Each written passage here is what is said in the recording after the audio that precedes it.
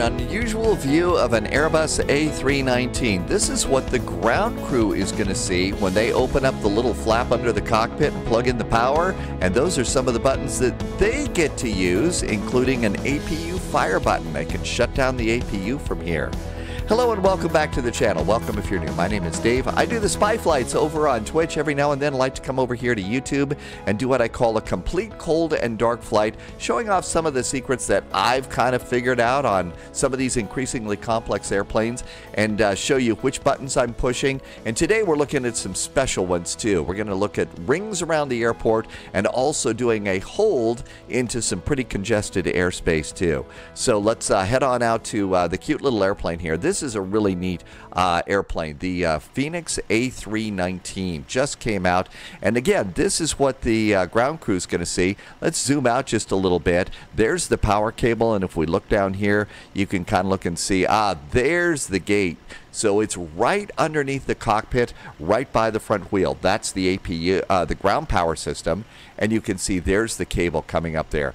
The detail on this airplane is absolutely amazing. So if you're the tug driver and you need to know whether or not the parking brake is on, there's a light down there so that the tug driver can see whether or not the parking brake is on. One more little thing here, and then we'll hop into the airplane. Over here on the strut by the tires, it says inflate tires with nitrogen only. And the tires look pretty good too. So they've done an incredible job. And if you do get a chance to go and actually walk around the simulated the Fenix A319 or the 20 or the 21, they're all detailed like this one. I do recommend using the showcase camera. We also kind of call it the drone camera like this. And you can see my movement on the drone is really, really slow right now. And this setting that I use for that is over here, the top menu. Click the camera button, look down here, see where it says drone speed, and my drone speed's all the way down to 2. It's about as slow as I can make this thing here. And that's how it is that you can walk around, check the static ports, look at all sorts of interesting things that normally passengers never get to see. Okay, so welcome aboard. This is just the standard outside cam. You can see I've already got a jetway attached to the flight here, and I've also loaded in my flight. You remember how to load in the flight. You just go to the main page over here, and you can go and click Fenix. By the way, if you'd like backgrounds for your EFB, electronic flight bag, also known as the iPad, you can join us over on the Spy Flight on Twitch. They're free. And I can show you where to find that little download link. So over here on the Fenix, we've already got our flight. We're running a little bit late right now, but that's okay. You can see I have my 1L doors open, ground power unit, and chocks and cones are open too. The only other thing that I've done is I've done what I call wiggle the controls. And if you've got USB controllers, you know every now and then they sometimes disconnect. So I just like to go and make sure that all of my USB flight sim controls work before I go and jump into a flight. Okay, it's a standard startup on an Airbus. We're going to go battery 1 and battery 2. Both of those are going to pop on. Sounds on the airplane are really quite amazing. Let's plug in external power. There goes external power. And as external power pops on, I look at the date and I use either navigation and logo light system 1 or 2. They're identical. And I use one for odd days and one for even days. No smoking is going to go on. I'm going to arm the emergency exit lights, and I'm going to turn up my overhead integrated lighting. As we look down here, you'll see that all of the messages, all the screens have self-test in progress, maximum 40 seconds. I usually sit here and just wait, at least on my sim right now. If I go punching buttons right now while this is doing the little power-up, the warning alarm goes beep, beep, beep, beep, beep, and I can't stop it without resetting the airplane. So I just patiently wait. It's going to beep at us in a second. There we go. And you heard the little chirp, chirp, chirp. Okay, at that point in time, I'll know that everything's going to be fine and there's nothing to worry about. Airplane has come to life here. So we are in Vienna, Austria today. We are heading over to Munich. The special things that we're going to look at, along with just every button I push on a flight like this, is drawing rings around the arrival airport, and we're going to do a hold in this airplane too. So let's come on over here. We're going to go to ATSU, stands for Air Traffic Services Unit, AOC menu, Air Operations Control or Airline Air Operations Control. We're going to go to Flight Init, and we are going to init a data request. This gets the flight plan into what I call the right side over here, and you can see everything looks good. If we were on VATSIM, we could also use this to go and do a CPDLC clearance. Over here, FMGC Flight Management Guidance Control, I believe. I might have that one wrong. I'm checking my Navigraph database, and we are still good with data. So it's time to go to the init page, and we're going to init request, and that's going to go get our flight plan again from SimBrief. And there it goes. AOC, Air Operations Control, flight plan uplink is complete. And it looks good. LOWW to EDDM. Nuremberg is our alternate, and we are flying Air Berlin BER Flight 441. And let's pop that in there. The next thing that I'm going to do is look up here, and we're going to slide around a little bit so that we can go to the IRS panel, and we're going to go and turn IR number 1 to nav. The fault light goes on, it flashes a line, and then there's the battery light. I usually wait for the battery light to go out and then do that with IR number 2, make sure it's connected to the battery. And then the last one is IR number 3, fault, align, battery, and life is good. Over here, the pilots are going to check everything, engine 1, APU, and engine 2. Let's just check one. So with your mouse, click the test button and hold it down. And then if you've got shortcut buttons like I've got for quick views, you can look at certain things. So test for the engine 1, hold it down, don't release the mouse. And now let's do the main captain view. You can see we've got a warning in front of us. Look at the ECAM, there's the engine fire checklist. Look down here, you see the engine fire light under the engine shutoff. Release the mouse and it stops beeping. And if you're like the real pilot, you're going to do that with all of those, right? All right, now let's go ahead and continue. Our cost index for today's flight using the Lido style of charts. This is the PDF that you can get from SimBrief. My cost index is going to be 60. So 60 goes right in here. And our cruise for today's flight is flight level 330,000 feet. I'm going to go over to the wind page, and we're just going to do a wind request. Click it only once. It'll come in, and when it's all blue, you just have to click out. That's all you got to do. Okay, we're done there. We're going to clear the wind request and return. And the airplane's coming to life. If we want to look around over here, you can open the door, and you can see the cabin looks pretty good. We're going to explore the cabin. There's a really nice little surprise waiting for you in the cabin. I'm going to show you that. You can see the doors open. You can see the jetway is in place. So why don't we come over here to mass and balance, and let's load the airplane. 111 passengers today, and you can do real time, which is 20 minutes. I usually do fast time, which is a 7-minute load. Also, if you have GSX, you can go and load with GSX. And if you listen, since I got the door open, you can hear passengers. You'll also hear some announcements. And if you look down here, we could also turn on the PA button and the cabin buttons, so we actually can hear announcements up in the cabin if we want to. And that's really cool too. But we're going to go ahead and concentrate on getting some things going here. So let's go over to the init page, and we're going to do init page B. I don't see that I've got my load sheet. Where's the load sheet? We may have to resend the load sheet. Okay, let's see. Is the load sheet? Okay, there it is. I hit it twice. Whoops. Okay, so we'll accept that and return. And let's hit the other load sheet. Oh my gosh, my camera's in the way. I'm sorry. Tell you what, let's turn it off for this thing right now. Okay, so here's our load sheet. I'm going to accept it. I did it. I actually hit the load sheet twice here. We'll take the top one. The first thing we need is the 0 fuel weight. Okay, and we are 52,455. You'll decimalize it. That's my word for it. So first two numbers, 52.4. Okay, so 52.4 is going to go in over here on the page B side. So click the arrow here in the lower left-hand corner. You see 0 fuel weight there. That's where we're going to do it. I've already forgot. It's 52.4. So 52.4 slash. Now we got to go back over here and do page 2.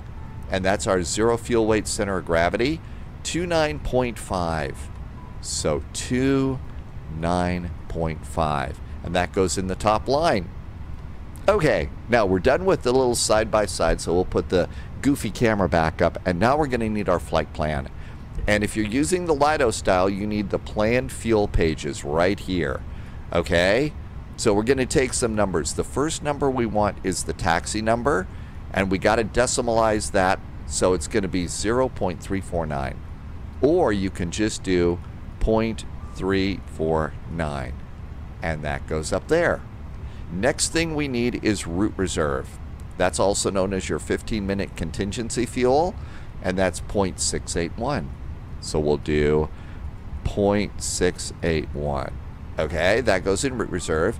Next is our alternate fuel. How much does it take, how much fuel to get to Nuremberg? And that's going to be 1.11. So 1.11 is Nuremberg. There we go.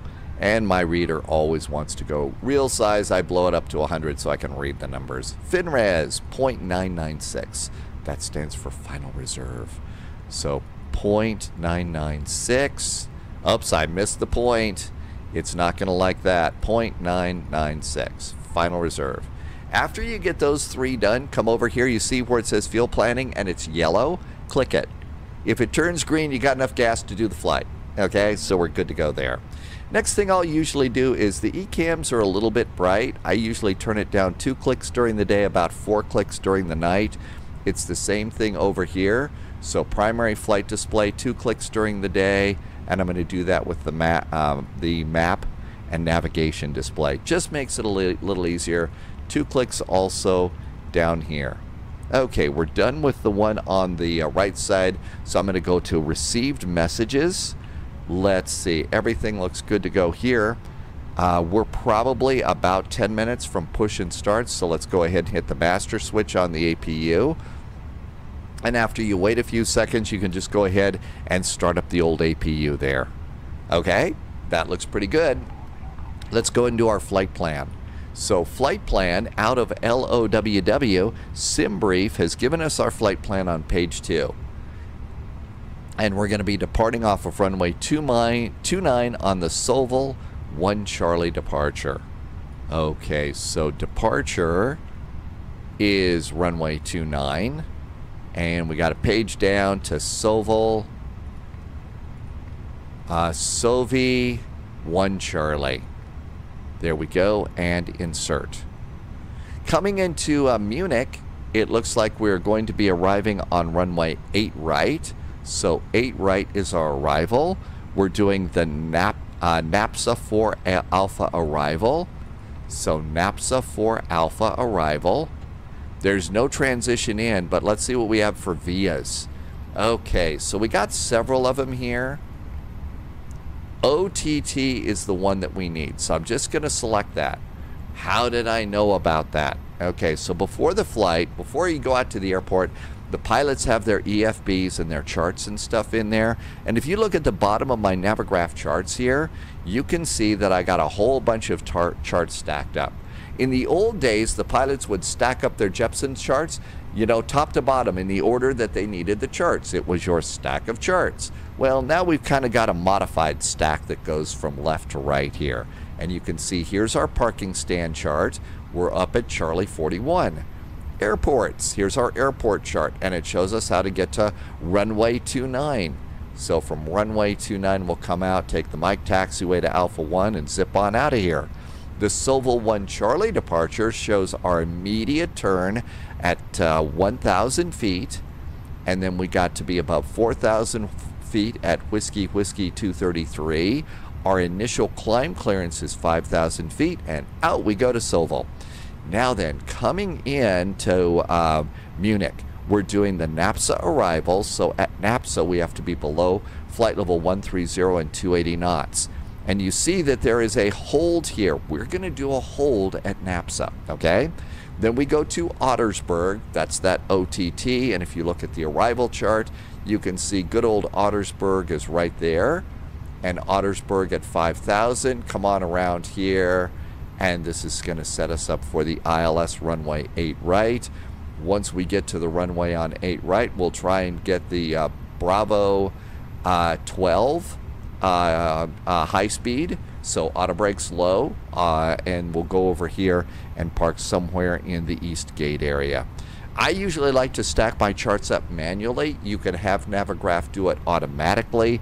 I would rather do it myself because that means that I do what I just did with you. I go and I check it all out. Okay, APU is up. Let's get the APU bleed on, and you turn the temperature in the back cabin, the aft cabin down a degree, because there's more people back there. Keep it a degree cooler. And as you can see, the aircraft is loaded. Let's dismiss that. Okay, let's come over here, and you can see the load sheet is another load sheet's in. This is our final, and our final zero fuel weight today is 52.5. So back to init, page B, and it says 52.4, so 52.5 slash. Now let's come on over here and see if our center of gravity changed. That's on page 2, and that's 29.5. And nope, center of gravity didn't change, so we don't have to put a new number, so put that number over the old number, and that's good. Now I'm going to look up here at the gas gauge, and the gas gauge is right over here, FOB, fuel on board, and it's going to be 5.06. Over on the flight plan, our block fuel was supposed to be 5.057. They rounded it up, so our fuel is correct. So 5.06, we'll look back down here. How about let's do it this way.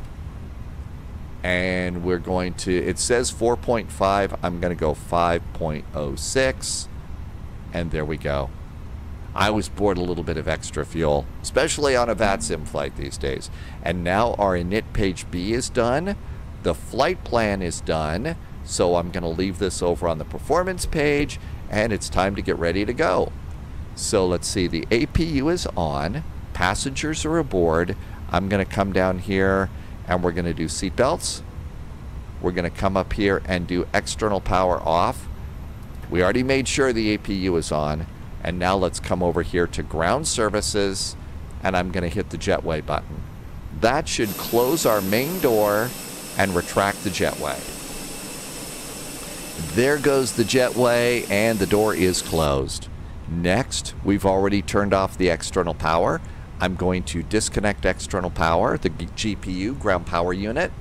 I'm going to look down here, make sure my parking brakes are on, and I'm going to pull my chocks and cones right now and then leave this over on my flight.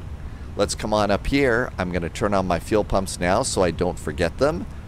Let's go ahead and get what I call, what I use is pushback helper. And pushback helper is free at flightsim.to, and I'm going to use this to connect the tug. Another good alternative to pushback is there's something called toolbar pushback, and that's a payware that you can get. There's also an incredibly good pushback engine with GSX, which is payware as well. I don't really have the patience for GSX though, so that's why I don't use that. While the tug is connecting, let's go over here, and our METAR should be available here. Very, very convenient. Let's click that, and there's the latest METAR. The altimeter is 1014. 1014 for the pilot, 1014 for the co-pilot, and 1014 on the backup altimeter. Looking over here, remember what our initial climb clearance was? I don't either, and even if I do, I usually just like to look it up. That way I don't have to trust my faulty memory. So 5,000 feet. I'm using the WinWing autopilot console plug-in USB, and wow, do I like that a lot. Not sponsored by them, I really do think it's great. Okay, everything's looking good here. I'm going to turn on the beacon. Crew supply of oxygen, important. Apparently people like to breathe for some silly reason. And the seatbelt sign is good. I'm going to ring the cabin call button, let them know that we're going to start rolling the airplane about here. And at this point, I'm going to reach over. I've got a parking brake lever set over on my throttles. Parking brake is off. And out we go. Air Berlin flies again, right? Let's see, we can go ahead and start some engines while we're pushing back. I'm going to get the starter over there, starting engine number 1. And the pilots usually stay inside the airplane, monitor the start. Let's go outside and watch the airplane start from outside. Sounds are absolutely outstanding. And I really do like the Vienna airport. It is a really cool airport. It's got an interesting layout too of runways, which I think is pretty neat. Okay, we just pushed back to the crew line. That's probably pretty good. Let's stop here. I'm going to reach down, do my parking brake lever. You'll see parking brake shows up here as red. I'm going to release the tug. As soon as it drives away, I'm going to go ahead and turn off pushback helper, and off we go. Pushback helper is free at flightsim.to.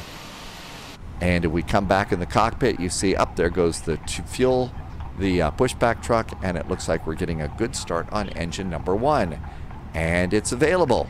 Let's go ahead and start engine number 2. Engine number 2 starts. While that's going on, I'm going to click out of the Fenix app, and let's go to the departure. And we know it's runway 29. It's dry. Let's sync the load sheet. I usually leave my packs on, and I turn on the sync the weather, and let's go ahead and calculate our takeoff.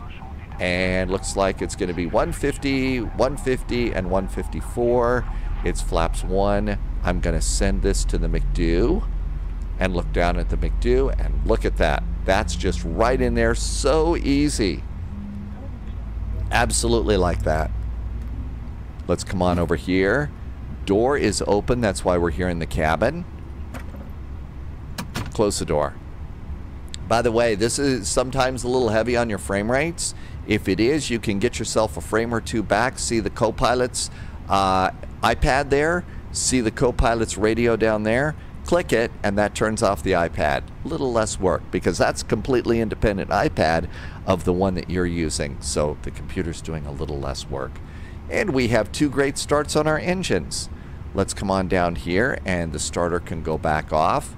I have neglected to set a squawk code. I'm a very bad pilot, so clear, clear. Since it's the spy flight, we're going to be flight 0007. And we'll start squawking. If we were on VATSIM, we'd be in trouble. So squawking mode Charlie on taxiways. And everything looks good there. We're done with the APU bleed and the APU, so we can turn that off. Look down here at the takeoff config data, and our trim is going to be up 0.4. And so now we'll look at the lower ECAM, and let's do the control check. Elevators, all the way up, all the way down. Ailerons, all the way left, all the way right. Rudders, all the way left, all the way right. And then go ahead and set your trim. I've already forgotten it. Up 0.4. And pitch trim's right there. Up 0.4. Looks good. And everything looks good here. Flaps are going to be 1. Flap lever goes down 1. I'm going to arm the speed brakes. Let's look up here and set the auto brakes to max. That looks good. I'm going to do the nose light. Going to do one more cabin call as a courtesy to the cabin crew. Let them know we're going to start taxiing. Parking brake is off. Look to the right. Nobody over there. Look the way we're going. And let's add just a little bit of power to get the airplane rolling. And then one of the things I like to do is turn off my chart here and zoom this thing all the way in. And this is over on my other monitor. And it's my moving map, so that I can follow my taxi. You can also set this in your iPad. I would set it in the iPad if I was just flying for me, but because I live stream and stuff like that, I like to be able to drag the Navigraph charts in. Got a really nice cabin view here, and you can hear some of the really great announcements and stuff too. By the way, as I was saying, that iPad background and cabin announcements for all the Fenix airplanes were done by one of the spy pilots over there on the spy flight on Twitch called Noodles. Noodles has done an incredible job of that, and there's a free link so that you can get that. So come on over there and say hi, and I can give you the link. I tell you what the link is, but it's one of those long ones for a download, and I don't remember. And out we go. Okay, so we're coming out here at TL34 is what I guess this is. So Tango Lima 34. As we're coming out here, let's also hit the takeoff config button. Takeoff config is good. Now, throttle's back to idle. I'm going to go and do predictive wind shear. The ECAM checklist is now green. That beep you heard is the flight cabin crew calling us, so kick cabin and ATT. Cabin is ready, thank you. Reset, VHF1, turn off the cabin. Okay, and out we go. We're looking for the second taxiway. So this is the Lima taxiway right in front of us. Always, even though I'm not on VATSIM, look right and left. The VATSIM controllers will miss things.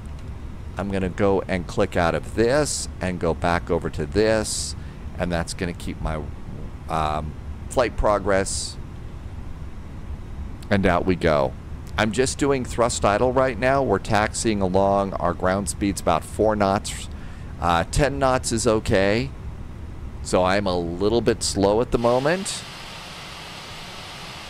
It's okay to taxi a little slower in the gate area. And one last check. Don't see anybody over there. Don't see anybody over there. I'm just going to nudge my throttles forward a bit. And let's do our turn. We'll pick up a little bit of speed as we go down the Mike taxiway. Maybe up to about 10 to 15 knots at this point. Trying to stay on that center line. Be as pro as I possibly can, especially for a VATSIM event. And looks good. Let's go ahead and while we're at it, we're going to hit constraints. And I'm going to make the map a little bit bigger here for our departure. How we doing? We're a little off to the side here. Let's make a bit of a turn. And there we go. There's the nose wheel right on the center. Now let's go back and look and see. So there we are on the center line. I guess the center line is best when you just go ahead and put it right in the middle here. In between the PFD, primary flight display, and the map display. I think the PFD and the ND. The map display is the ND for navigation display. I'm really enjoying the WinWing autopilot and also the new WinWing flight stick. Okay, we're picking up some speed. So thrust back to idle. Oh, we're at 17 knots. Getting a touch fast here. Let's see if we keep speeding up. How about 15? Touch the brakes just a bit.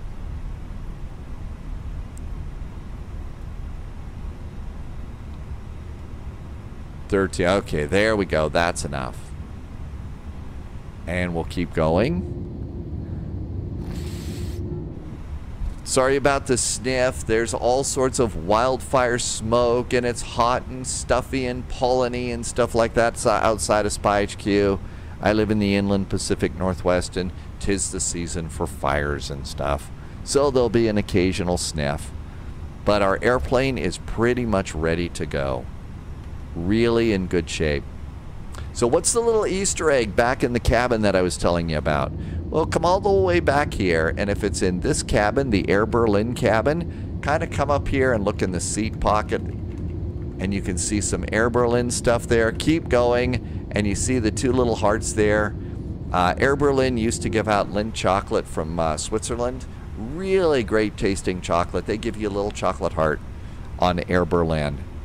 I know it has nothing to do with aviation safety and stuff like that, but I just thought that was nice.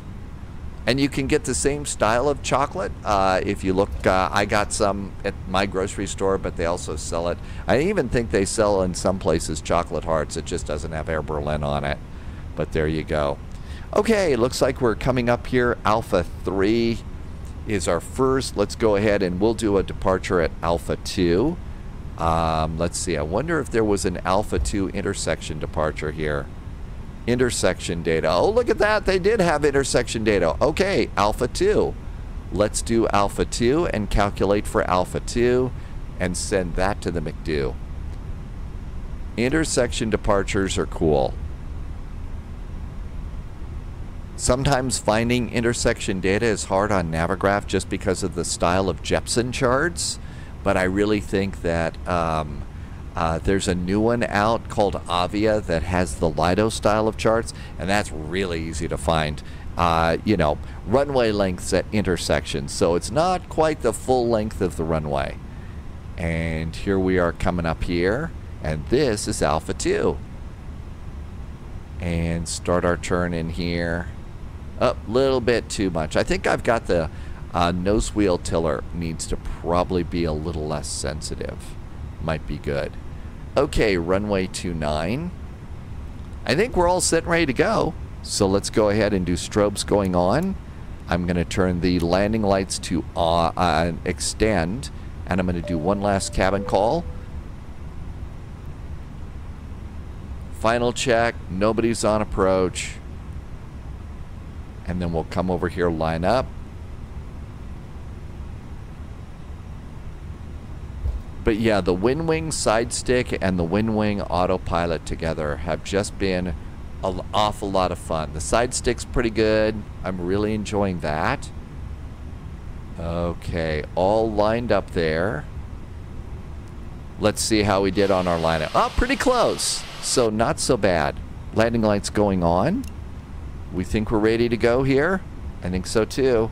So what I do, release the brakes. I move my throttles up a little bit to about half and check to see if my engines are stable. While that's coming up, I'm going to go and turn on my elapsed timer. Engines are stable. Manual flex, SRS and runway are set. Auto thrust is blue. Although a real-world Airbus came in to chat over on Twitch the other day and said they just say auto thrust. They don't say that it's blue. And when something in your primary flight display is blue, that means it's armed. That means it's going to happen. 100 knots. The one thing that I really wish that Fenix would do is airspeed call-outs on takeoff. Because I'd much rather spend my time, you know, keeping my airplane centered on the runway than looking at airspeed. There's V1 and rotate. Gently pull back. Positive rate, gear. And we almost immediately need to make our turn. They take noise abatement very seriously here. So we got to not turn over a populated area. Climbing a little fast here. There we are. Roll out. It's flashing lever climb there. So that means your throttles go to climb. Roll it out there. That looks pretty good. And if we're really busy and stuff, let's come on over here and we're just going to hit the AP button. Get the AP working for us. ATC called, says climb and maintain 12,000 feet. Continue the climb. Speed's starting to come up a little bit too. That's very nice. And out we go. Always, if you get a chance, take a second, look out your windows. The thing that is so awesome about Microsoft Flight Simulator, especially after they do a scenery upgrade, is the scenery is just absolutely stunning. Okay, there's a little S there. So slats going up. How about a wing view of the slats going up while we enjoy a sip of coffee? Slats going up. That's the nice thing about kicking in the autopilot a little bit soon. You get to watch the show. We have to be above 4,000 feet at Whiskey 233. That looks good. I'm going to make my map a little bit bigger now. ATC called and said climb and maintain flight level 200. That looks pretty good. Flaps are up. Let's do speed brakes disarmed. Everything else is good. Passing 4,000 feet. And our speed's coming up to 250 knots now on the climb out. Not so bad. Another chance to look out the window.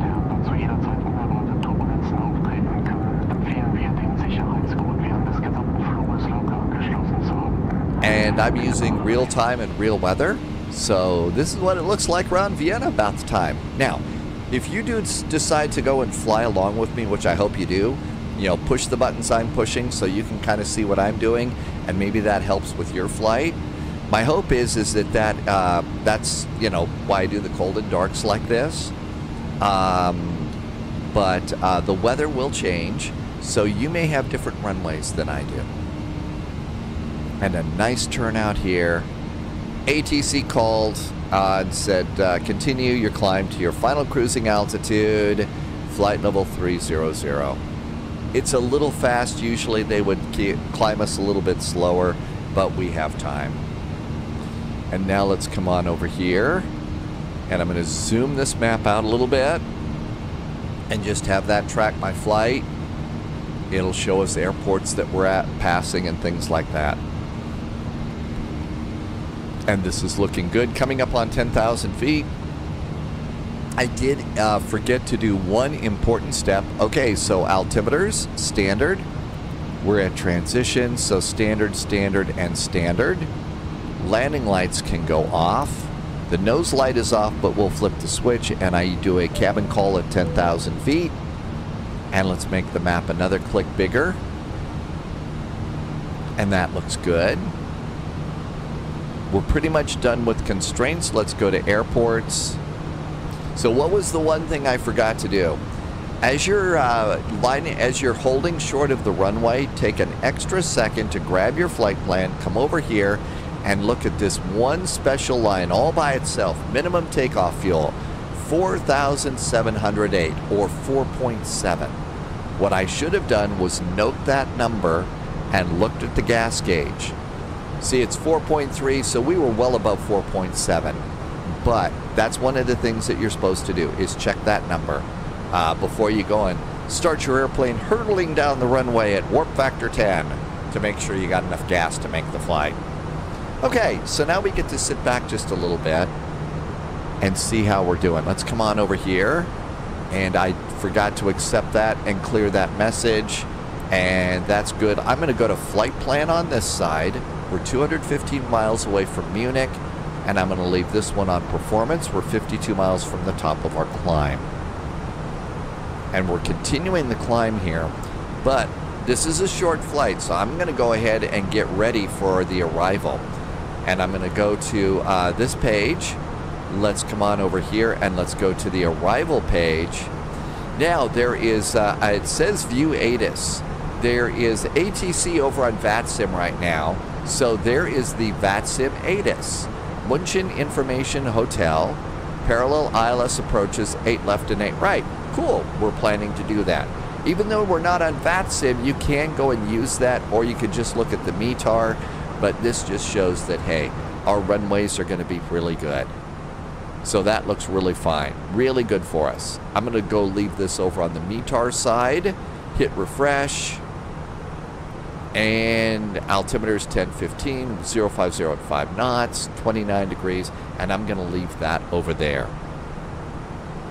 Next thing that we're going to do as we're climbing, this is a short flight. So we're in good shape. The map looks good. There's no problem. Here's the equal time point. So now we're going to go and do what I call rings around the airport, okay? Rings around the airport. And we're going to come down here, and we're going to go over to the co-pilot side, okay? And you can see that I've got flight plans set up here, right? Good. So click the upper left-hand line select key. And this is lateral revision from current position, previous position.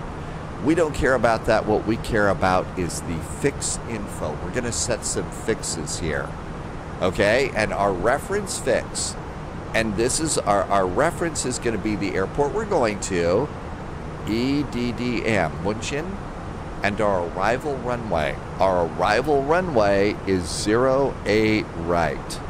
So 08 right. München, the arrival runway, and there we go. And I'm going to start on the radius, and I want a 5-mile range ring around that, okay? Now, I'm going to do one extra step with this one. I'm going to come grab my chart, and let's come over here, and let's look at the airport. We are landing on 8 right. Our runway heading is 080, but I want the reciprocal of the runway. I want 260, okay? And I'm going to put in 260. that is going to draw a line from the end of the runway out to infinity of our arrival runway, a center line, an extended center line. Wow, does this help me a lot, especially when we're doing visual approaches. Really like that, okay? Next, we're going to do another fix. Same one, EDDM, same runway, 08 right, 08 right. Only this time, all I care about is a 10-mile radius ring. And I'm going to do one more. Now, this next one, we're going to need the arrival chart. Okay? And what we're going to do is we're going to come over here, and we're going to use this little thing over here, this little loop over here. This is your minimum safe altitude, and we're going to use MNW. This is one of the nav aids from Munich right here, MNW. It's this non-directional beacon. So what we're going to do is we're going to put in, we're going to go one more page, and it's going to be MNW, and I'm going to put that in, and all I care about, oh, it's got several things. Which one? All right, frequency 338. Aha, 338. That's it. Usually it's on the top, but with my luck, if I don't check, it's going to be something else. Just saying. So that's what we're going to do. We're going to select that one, and all I'm going to do is put in 25 miles. There's a range ring there. Now let's come back here to flight plan, and in this case, I'm going to go over to the progress page on this page, and we're going to come over to flight plan here, and it's at the top, right? Now we kind of got to move things around a little bit. First, come over here, and I'm going to shift this over to plan and 20 miles, okay? Now then, we kind of got to move ourselves so we can see the map and the McDo, like that. And now you've got the up and down buttons. We're going to go move the flight plan up and go through our flight plan. Keep an eye on the map, and as we get closer to Munich, see that little blue line that's in? That's the 25-mile range ring. Says I'm 25 miles from the airport. Let's go up again. Hey, look at that. There's the 10-mile range ring. There's the 5-mile range ring. And now if you look here, you can it's kind of hard to see.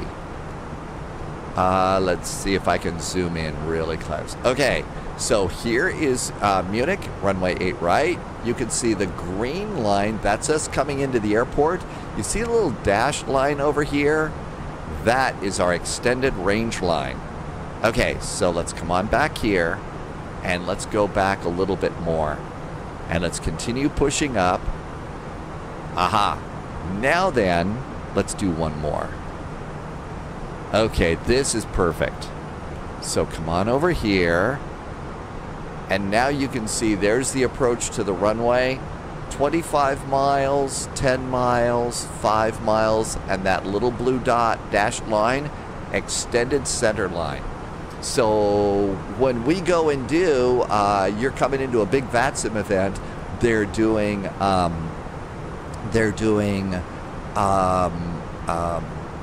visual approaches with that extended range ring. It's sort of like, yeah, no problem. We may not be able to see the runway too well from over here or something, but I can see that range ring, that extended center line, and that's going to put me right on the center line, and my visual approach is going to look like a pro. So that's what I've done there, okay?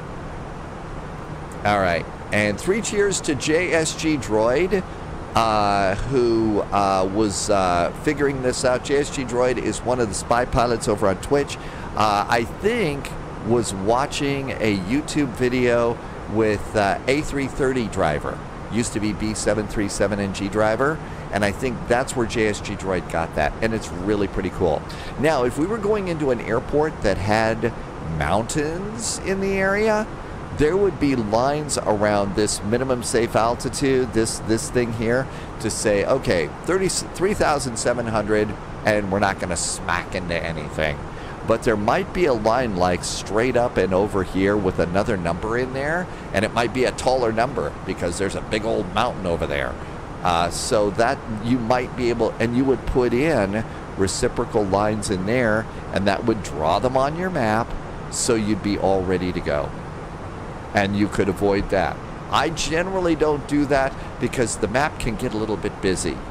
And, you know, I'm generally also, if I'm coming into an area with mountains, I'm going to be turning on terrain radar anyway. So you can make this map just a little bit too busy. Okay, in fact, we'll leave terrain radar on. Let's come on up here, and I'm going to do seat belts. We're above 25,000 feet. Seat belts can go off. The rest of our lights are groovy. And there we go. And we're about ready to hit our top of climb. So I'm going to go over here to performance. And that's going to take us out of climb mode. I'm going to put flight plan back over here. And we're going to go from climb mode to cruise mode. Any second now. Oh, look at that. It already wants destination data. How about that? And in fact, we're 50 miles from our top of descent. We better get on this, huh? Okay, let's get our destination data. München METAR. Okay, the altimeter is 1015. So let's come on over here. Oh, come on. Okay, phase. I'm going to clear this when I start putting it in, otherwise I forget. 1015. QNH. Temperature. It is 29 degrees. So 29 degrees. Our temperature. Wind is 050 at 5 knots. 050 at 05. Transition. Let's see. Sometimes they will put the transition over in the ATIS. Let's see. Do we have a transition? Expect vectors for independent parallel approaches, run right, blah, blah, blah, blah, blah. TRL, transition level is 60. So, transition is 060. We could put that in there, which is about 1,000 feet above the transition altitude, which is your departure transition. And then the last thing I'm going to do is pop over here and zoom in here and get my minimums, which is 1,686 feet. 1,686 feet in Barrow, and that looks great. Back to performance. 39 miles from top of descent. Talk about a fast flight, huh? Loving it, though. Okay, let's come on over to the arrival, and we have to be above flight level 28, below flight level 130 here at NAPSA. And this is our clearance limit. Now, usually when it says clearance limits, when there's something like this, they say enter the hold, transition, refer to charts. There's a whole bunch of stuff, but generally, sometimes they're going to say your clearance limit is this is as far as you get to go. And if you don't hear from ATC, you got to enter the hold. Okay, so we're going to plan to hold at NAPSA. We're going to do it one loop-de-loop at NAPSA. So let's come on over here to the flight plan and see what it says. Okay, so there's nothing here at NAPSA, so we're going to have to put it in ourselves. 32 miles and 13,000 feet. So ATC is called and say descend to 13,000 feet or descend via the SID or star or something like that. So I'm going to put in 13,000 feet. And we're looking good there, but now we got to put in our hold. So let's click NAPSA. Hold. Okay, the inbound course is going to be 273. I sometimes mix that up. 273. And we're going to be making left turns. And then the time or distance is 1 minute and 7.5 miles. Do I have that chart up? Does it say anything? Clearance limit. Does it have that over here at all? Doesn't, does it? No. Okay, and I don't think I've got this. Does it have it up here? They will have that someplace else. I think let's just go with the number that it is, and I'm going to insert it. That probably might not be 100% right. But now we've got a hold. And oh my gosh, look at that. Now we've got this little circle here. NAPSA. So there's a hold, and at least it's facing in the right direction. So at least I got that right. And we're coming up on our descent in about 20 miles. So I'm going to go and click my map into 40-mile range here. There's our top of descent. I'm going to make sure we're at the top of the flight plan. We're over here in cruise mode. 19 miles to top of descent. Perfect time now to make your announcement back to the cabin. Say, hey, folks, we're about ready to start our descent into blah, blah, blah. Now's a great time to check around your seat. Make sure you haven't lost anything. You know, got to make a last-minute trip to the lavatory. Now's the time, because we got to turn on the seatbelt in about another 5 to 10 minutes. Please don't everybody go at once, as it tends to make the airplane tip certain ways. Okay, we're coming up on this thing called MATIG. Let's go and look at our flight plan real fast. At MATIG, over on the flight plan here, there's MATIG. We are supposed to be 21 minutes into the flight, and our fuel's supposed to be at 3.2. So let's see how we're doing. There's MATIG. We're 19 minutes into the flight, so we're a little early. Fuel's at 3.4. We've got a little more fuel, and we're a little ahead of schedule. That's just one of the checks that they do. And you see these little dots over here? That's where the real pilots are writing the real numbers in. And they do that for every checkpoint. They might skip one or two, but not very often. So that's just one way for you to check and see, hey, how's your fuel doing? Oh, we got plenty of fuel. We're not gonna lose. All right, looking pretty good. We are coming up on 5 miles. I usually like to hit my descend button right around, I'd say 3 to 5 miles, somewhere in there. If I can hit that, then usually we have a nice gentle descent. So that looks good. One thing that I like from the Boeing airplanes is you can preset your arrival altitude. Here you just got to dial it in. I love being able to have it preset. Maybe that's just because it's me, single person on VATSIM in a 2-person cockpit. Okay, let's press the button. So the altitude button presses in, the dot goes on. We'll get a descent deviation dot over here on the altitude side, and down we go. And so far, so good. This has been a fast flight, but they're actually the kinds that I like. Holy moly! Looks like we're going down a little bit faster. Might need a little speed brake here, so I'm going to do just one click of speed brake. So there's the speed brake, 1 click in there to see if I can go and center my dot. Not enough. How about 2 clicks of the speed brake? Just want to center the dot here. It's not, and all it's doing is slowing me down. All right, fine, be that way. I guess, okay, here's what I call the squiggly. That's not the proper Airbus term, it's just mine. And the little squiggly line here, this is when we're going to intercept our optimum descent path. So, okay, fine, we'll just wait. Now we're really high, so let's leave the speed brakes out for a while. Trick that the real pilots mention, when you're doing speed brakes on your arrival, if at all possible, keep your hand on the lever, because sometimes people forget that they got speed brakes out. And when that happens, then if you've got your speed brakes out and stuff like that, and you're doing other things, then you're on final approach. I said, wait a minute, our final approach speeds aren't working out. We're falling like a rock. Oh, speed brakes are out. So if you keep your hand on your speed brake lever, you don't forget. Now then, we're also coming up to the hold, and so we've got to get to our clean speed, so we have to slow down. And that's going to be a little green dot that you hear, sometimes also referred to as green dot speed. So, aha, here comes the little dot up here. Finally, we're catching up. And as we catch up with our optimum descent path, the squiggly will go away. I'm sure that the Airbus teachers hate it when I call it the squiggly.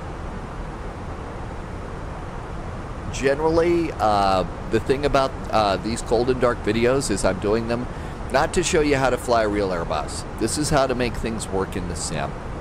Real Airbus, there's two professionals sitting up here. Very good divided duties. They know what they're doing and everything else.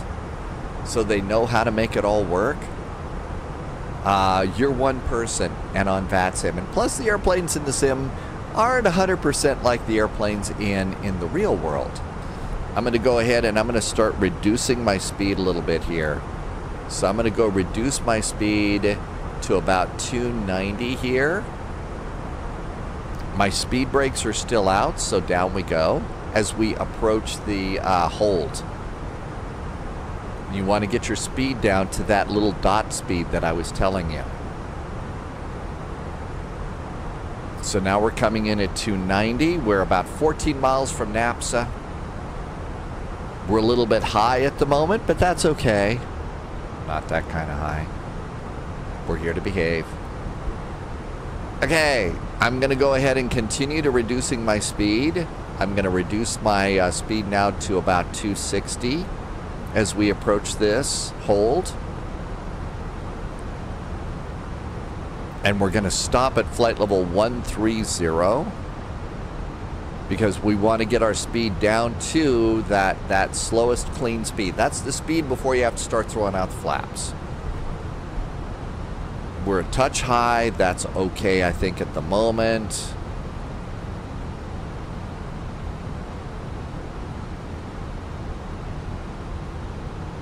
Still reducing it. There's 240.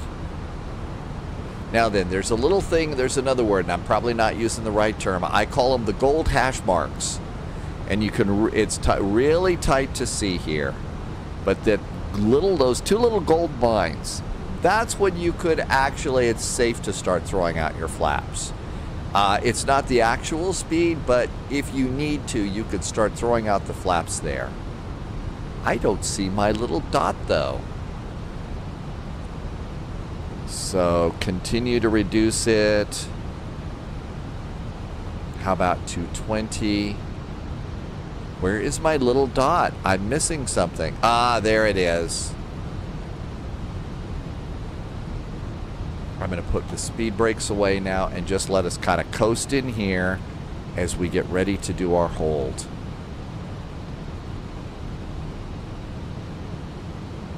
There we go. There's our dot. And as we get ready, I'll just reduce that. And I'm always going to put that a little bit above. So we'll do that at 200, not right at the dot. And we should enter the hold like a pro. I have a company message. I'm probably going to get yelled at because we departed late. Atsu, Air Operations, Messages, Air Berlin Ops. You were 27 minutes late. Ask me if I care. Okay.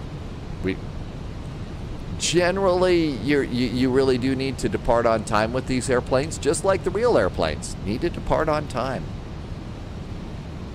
And here we are starting our hold. Our speed is down to where we want to be. Our altitude's pretty good. Let's see. We figured out transition level is 6,000 feet, so we don't have to reset the altimeter. And we just do loop-de-loop. At about 25 miles away from the airport, we are holding, and confirmation is over here on good old Navigraph, and you can see we're holding. Now, throughout a hold like this, ATC is going to come in and slowly move you down in the stack. If there's, 5 other airplanes, everybody moves down. So ATC has said, go ahead and continue your descent to 7,000 feet. And we'll make that an open descent so that we can go a little faster in the descent. So 7,000 feet, about 200 knots. And around we go in the turn.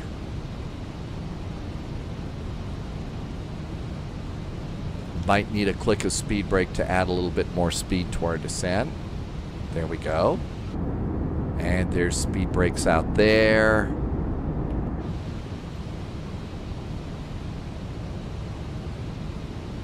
And that looks pretty good. Fortunately, the traffic today around München is very, very light. We're a little bit low. I should have done seatbelts while we were up a little higher there. Seatbelts going on.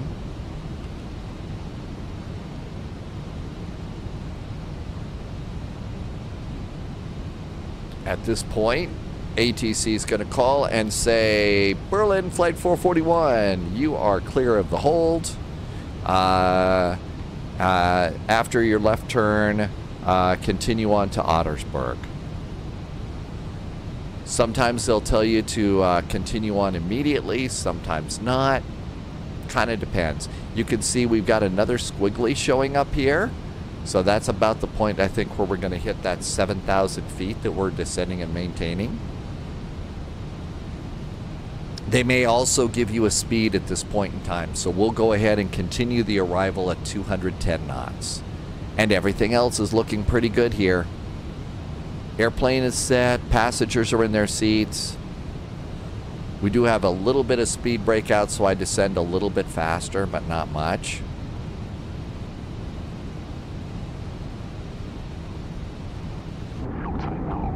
Now they're already doing the arrival announcements. There's our turn. And if we were flying coming into Munich right now, that's what it would look like. Real weather, real time, and satellite photography as far as the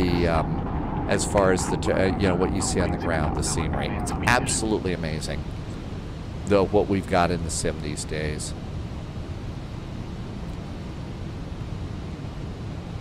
Let's see, we could go ahead and arm the exit.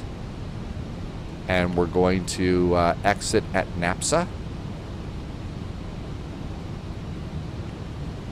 Everything else is perfect. I think we're done with speed brakes. Let's just let ourselves coast on in.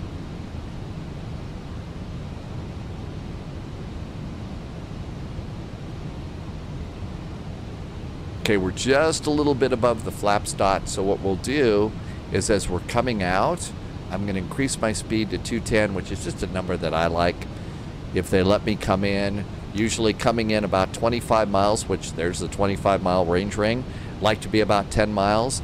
10-mile range ring, I like to be about 180, and then landing speed at 5 miles. So my guess is that might have something to do with, you know, that's what other pilots are setting their range rings for. We don't need descent speeds, so one of the things I'm going to do is I'm going to activate approach mode. That way that approach mode is ready to go when I'm ready to land. Also, I've been doing config 3 landings, unless it's a really, really short runway, and my landing rate's just a little, maybe a little bit better, I don't know. And let's see, we're coming out of the turn. I'm going to go and increase my speed to about 210. So that's 210 at 25 miles. I'm going to put my speed brakes. They're already down. Let's go ahead and arm them. Speed brakes armed. Auto brakes low. And that looks good. 10,000 feet landing lights. Nose light is ready to go. Cabin call at 10,000 feet. Let the cabin crew know that we're about ready to do that landing thing. Map's going to come out a little bit more. And there is Ottersberg. Let's also go ahead and switch from airports to constraints now. It's going to give us some altitudes. We have to stay above 5,000 feet at Ottersberg. And in fact, our good friends at ATC just called and said, Berlin 441, continue to your descent to 5,000 feet. Okay, that beep you hear, that is our cabin crew calling. Let's listen in.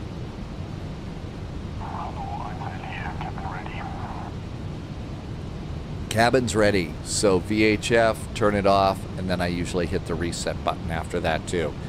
Another thing I usually like to do is turn up the panel integrated lighting. That's probably one of the coolest backlit throttles in aviation. Just the colors in there really, really kind of striking, so I enjoy that. And so far, so good. Everything looks really, really decent at the moment. Our VAP speed's going to be about 133. You could go and increase that. So what's our wind right now? Winds right now are, is it gusty? Winds are variable at 1 knot, according to this. According to this, it's 050 at 5. So if you wanted, you could add a little bit to this. I think I'm going to call it 135. Let's just add a little bit to that. Not much, just a little. And all of this is looking good. Our descent is still going fairly nice. And the scenery outside of München is great too. Okay, you see everything just stopped here?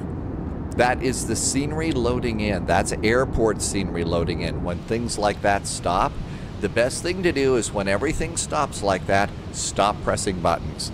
Let the sim load. I hope it's something that they don't do. They have some better way of loading in scenery so you don't have these huge hesitations, you know, when you're coming into an airport, and also on landing, you know, when it's loading in scenery. That can be really annoying too. Everything looks good here. We are 10 miles from Ottersberg, and life is good there. Nothing to worry about there, really. All the lights are on. Oh, we're doing a Flaps 3 landing. Unless you want the GPWS, Ground Proximity Warning System, if you want it yelling at you, just go ahead and hit Flaps 3.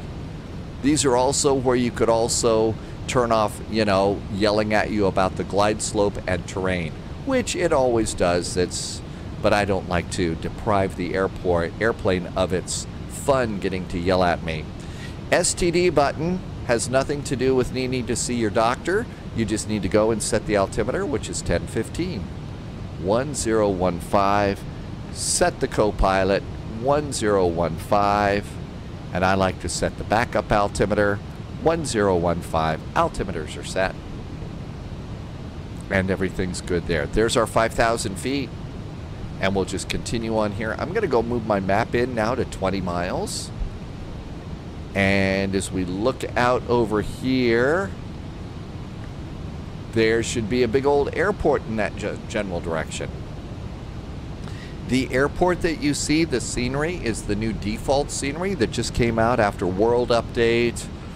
What are we up to now? 18, I think. World Update 18. So I do have the payware for Munich, and it's really nice. And I'm probably going to go back to the Munich scenery, to the payware. But this isn't bad. And as we move forward in terms of the exciting world of flight sim, I kind of like to stick with some default if it's good. And this is good. It just is a little less work that the computer has to do. We are within the safe flap zone here, so I'm going to go flaps 1. There's flaps 1. I was noticing the airplane was a little wobbly there, so let's just get some flaps rolling out there. Airplane looks good. There's Ottersberg looking nice. Even though it's going to be a nice visual approach, I'm going to hit the LS buttons. An ILS is loaded. Not going to use it, but what it gives me is these little guys right here. The glide slope and localizer. And one of the things I like to explain is these airplanes are really great. We're really hot rockin' flamethrowing simulator pilots, but the thing is, that's a flat computer screen in front of me. That's not the real world. And the hard part about this is your depth perception is not going to be the same. So this is just one more visual cue that you have about your landing. And I can just look here and say, yeah, we're a little high on the descent, we're a little low on the descent, that I'm not going to be able to tell by looking at a computer screen. And by the way, that is a real world pilot suggestion. Captain Mike Ray in the Captain Mike Ray books about Boeing and Airbus airplanes, his check ride simulator model manuals say, even if you're doing a garden variety visual approach, Captain Ray says, go and plug in your ILS if you have time, because the same reason, you don't have the depth perception. More coffee, please. And that just gives you that visual cue. So that tip comes from a real-world United captain. And by the way, if you're looking for some really cool books about Boeings and Airbuses, check out Captain Ray's books. Captain Mike Ray, UTEM.com, I believe. They're really in-depth. Some are a bit pricey, as they should be. But again, I just think that they're really nice for good background information. Everything's looking good to go here. Okay, so we're at 5,000 feet. If we come over here, I don't really feel like doing the whole thing. And ATC has found a hole for us. So one of the things is we're going to go halfway here, and then we're going to start our visual approach here at Bergen. So let's go ahead and route. Just look over here real fast. Here we are. We just passed Ottersberg. As we come on in over here, there's Ottersberg, Beggen, don't know. But at Beggen, you want to be at 5,000 feet, and your approach comes in like that. Okay? So that looks pretty good. We're all set and ready to go. After landing, we're going to want to exit on either Bravo 10 or Bravo 12. Now, there's no traffic, so, you know, we don't want to do a big old long taxi. Bravo 12, yeah, we can go and linger on the runway. In a big VATSIM event and in the real world, hey, you're taking up valuable runway space, so get off the runway as quick as you can. So, you know, if we were in VATSIM, I'd try and hit Bravo 7 or 10 and not just cruise down the runway at Bravo 12. That's me just being lazy. Okay, so far so good. Everything's good to go here. Everything is preset. No big deal. Over in Twitch, they talk about, we have little things that, you know, we say, okay, posture check and stretch and stuff. That's really good for flight simulator pilots so that, you know, you're seated right in the middle of your screen so that your feet are on your rudder pedals if you've got them, and you can get to your flight stick and your throttles. So just did our posture check. Aha, look at this. The glide slope is now starting to come up here.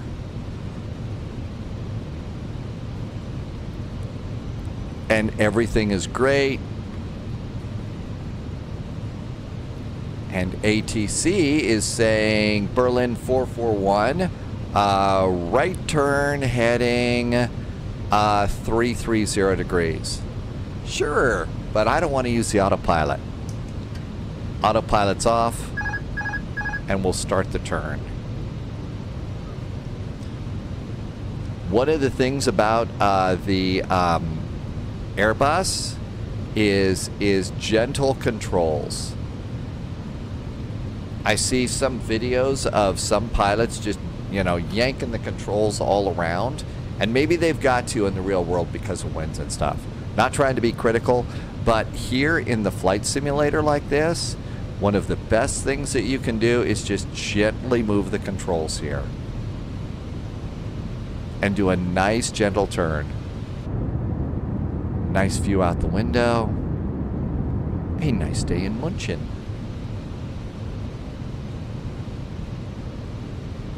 Pull back a little. We're starting to descend a bit.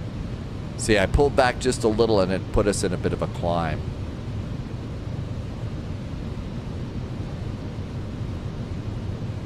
Okay, that looks a little bit better. There, that looks good. Roll out.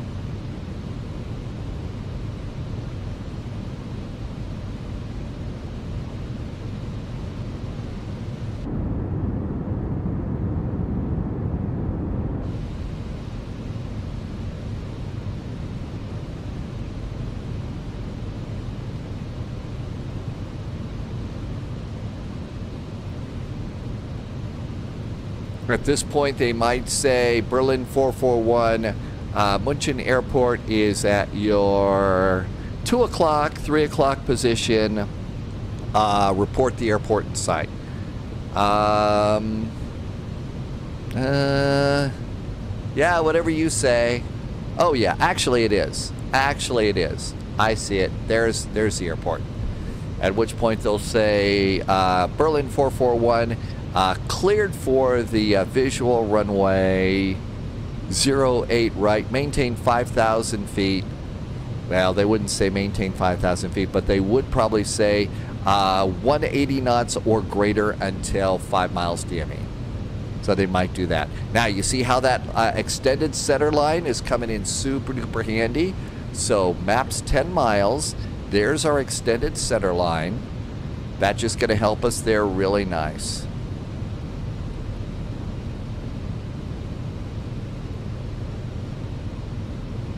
So maybe we'll go as we get a little bit closer and we make the turn, we're going to reduce our speed to 180. And let's start a gentle turn.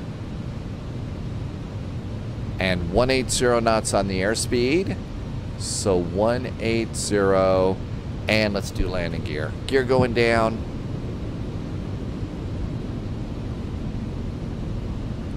And we're probably going to need to increase our rate of turn a little bit. There's the localizer. There's the runway. Now we're going to be mostly visual here. We went over the center line a bit. That's okay. And that looks pretty good. Now we'll roll out. Glide slope. We've intercepted the glide slope, flaps 2. And we'll push the nose down. I generally like to go for about 500 to 700 feet per minute on a descent like this. Seems to work. We're a little off to the side. So we'll kind of come over here. Hey, wheels came down. Always good when that happens. Your flight directors will also be your buddy on this too and help you maintain your rate of descent. I'm actually starting to get a little bit high here, so maybe my flight directors aren't helping me out. Okay, now we're lined up on the localizer, so let's turn back towards the runway.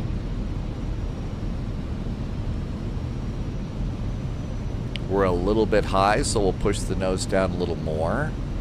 Airport is 7 miles away. You can see the 5-mile range ring.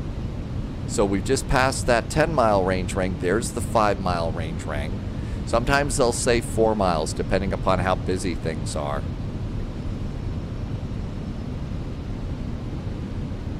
Starting to catch up with the glide slope just a little bit. So I'm going to pull back a touch. And just, again, so gentle on this thing is all it takes. So there's another real-world pilot. There's a sim pilot that flies with us over on the Spy Flight on Twitch named JSG Droid. JSG Droid was chatting with a real-world pilot, Captain Whip TV, over on Twitch. And Captain Whip says one of the secrets to getting a nice landing in this airplane is as you're coming down and the airplane voice is saying 50, 40, 30, 20, 10. And then the R word that, you know, only people in France don't care about. So what Captain Whip is suggesting that we start doing is at 30 feet, take your throttles out of CL and halfway to idle. So roll your throttles halfway back. And then at touchdown, you go to idle. I've tried it a few times. Sometimes it works.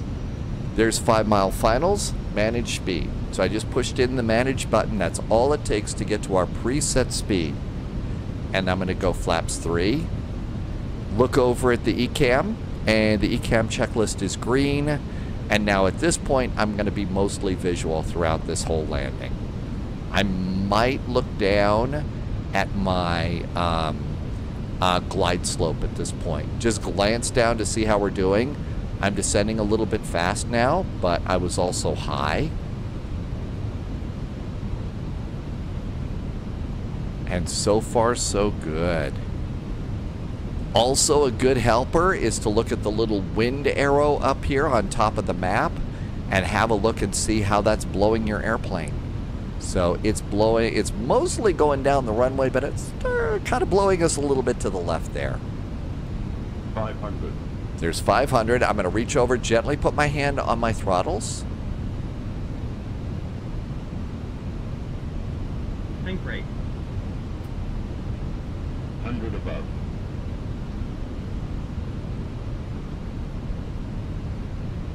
Minimum. Landing.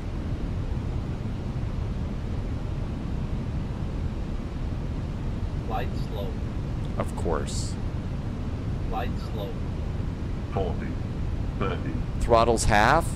20. Retard. Retard. Retard. Flare. Retard. Retard. Retard. Reverse.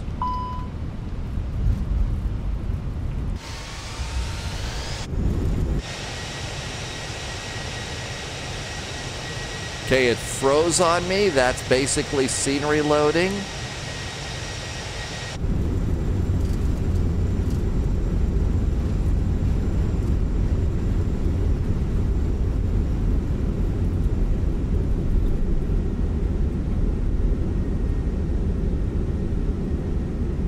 Reverser's idle. Should have done that at 30 knots. I got a little slow. Sometimes I've been touching my brakes a little bit too much on the arrival and it cancels out the auto brakes, so I have to do manual braking. Okay, not so bad. Let's see, speed brakes down, flaps up, and off the runway we go. So we hit Bravo 10, not bad. Bravo 10 is pretty good. Landing lights going off, we don't want to blind people. I'm going to do we're off the runway, strobes can go off, we'll just click that flaps landing 3 off too. And everything's looking good there. Thrust idle. I'm going to shut down the LS system. We'll just turn those off now, and I'm going to hit my master caution light because I don't want anything flashing at me. And here is Taxiway Tango. And welcome to Munich, the home of the Airbrow Brewery, which is out at the airport. That would be so cool to go and check out sometime. Everybody over on the spy flight that has been there says it's got pretty good burgers and brews, so kind of a good time.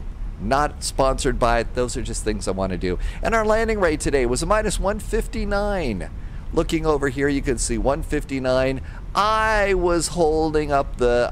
oh, it says I had a bounce too. Okay, I won't crow about that too much. So, not so bad, but there we go. Hey, there's something I always like to say about these videos. It's not about the right way versus the wrong way. This is what works for me in the simulator, and it's my hope that this is something that works well for you too. I hope you're having as much fun with this as I am. These airplanes are truly amazing. The level of simulation that we have right now is just absolutely blowing me away. Real world pilots are saying that this is pretty amazing too. Okay, and it looks to me like we have a scenery thing. There is a building in the middle of the bridge. There is a problem. Let's go and come over here. Okay, so that's probably why it is that I'm going to go over and get the payware that I had. And we'll just turn this off. They didn't do a bad job, and I kind of like to deal with a little bit more default stuff like this. But, you know, there we go. And as we look out the window, so it looks like it's not a building, it's a problem with the bridge. So the bridge elevation is off there. Whoopsie. That's going to happen. So let's see, I mentioned the spy flight over on Twitch. If you like flying with friends and stuff, we've got an incredible group of people over on the spy flight on Twitch. We fly every day, Tuesday through Sunday. 1900 Zulu is our departure time. That is 3 o'clock Eastern time in the United States if you are in the summertime. You are always welcome. Most of our flights are on VATSIM, but we do an occasional flight. We do a couple of flights off of VATSIM each week too, especially for people who are new. So we really do like to make it easy if you're new. Also, the spy flight is a place, if you are new, that you can come in and ask questions. Some live streamers don't like to talk to people that are new. Everybody's welcome. Please come on in. If you really did like what you see, I'll say all the standard things that YouTubers are saying at about this point. If you hit the like button, that's great. If I did something wrong and you know, please hit the comment button and say, no, no, no, no, we would never do it like this. And I genuinely appreciate it so that we can fly our airplanes as close to normal as possible. Coming on into the gate area, we're going to turn off that nose light in case we got ground crew. We don't want to blind them coming in. And that looks really pretty good. Did we get all the rest of the lights off? We sure did. I'm going to flip the master switch over on the APU. I think I really do want to turn down my sensitivities on the nose wheel tiller. I think they're a little bit too sensitive. But as far as controlling the airplane, wow, it feels great. So we'll come on in here and just pop on in. If you also liked what you saw, this is also how it is that I'm surviving all the corporate layoffs and stuff that you hear. It happened to me just like everybody else. So if you liked what you saw, there is Ko-fi, there's Patreon. I do a video each morning about the flight of the day over on Patreon, and you are definitely welcome over there too. Also, if you liked this and wanted to be do that support thing, please come on over and hit the subscribe button over on Twitch. That would be appreciated too. Super duper grateful to all the secret agents, special agents, and 00s that are making this excellent adventure possible with these amazing airplanes. We've also got the really exciting PMDG airplanes that have come out. They just released the 777. It really is the time to be in flight sim. Hey, the APU is ready. Let's turn on the bleed. And now we're going to come down here. Engine levers. So the engine start levers are right here. Engine number 1, engine number 2. I'm using the Thrustmaster TCA Airbus Captain's Pack on those. They're really awesome. Seat belts with the engines. Let's go ahead and turn off our fuel pumps. Fuel pumps going off there too. And the beacon can go off now. External power just got plugged in by the ground crew. Let's deboard the airplane, go to ground services, request a jetway, and let's see if the jetway comes out. No, doesn't look like we went far enough up for the jetway to come get us. Let's try the jetway one more time. Come on, Mr. Jetway. Nope, not going to do it. So stairs, doors, forward and aft cargo, and we're all ready to go. And the cool thing about these airplanes is you can go and, you know, after your airplane unloads, the flight management computers are all ready for your next flight. We'll go ahead and clear this, and we're ready to go. So I hope that this helped. Thank you for flying along with me. I hope that your flight sim experiences are fun. I hope you can join us over on Twitch. But mostly, the way the world is now, please stay healthy, stay safe. Can't wait to see you on the next spy flight. And cheers.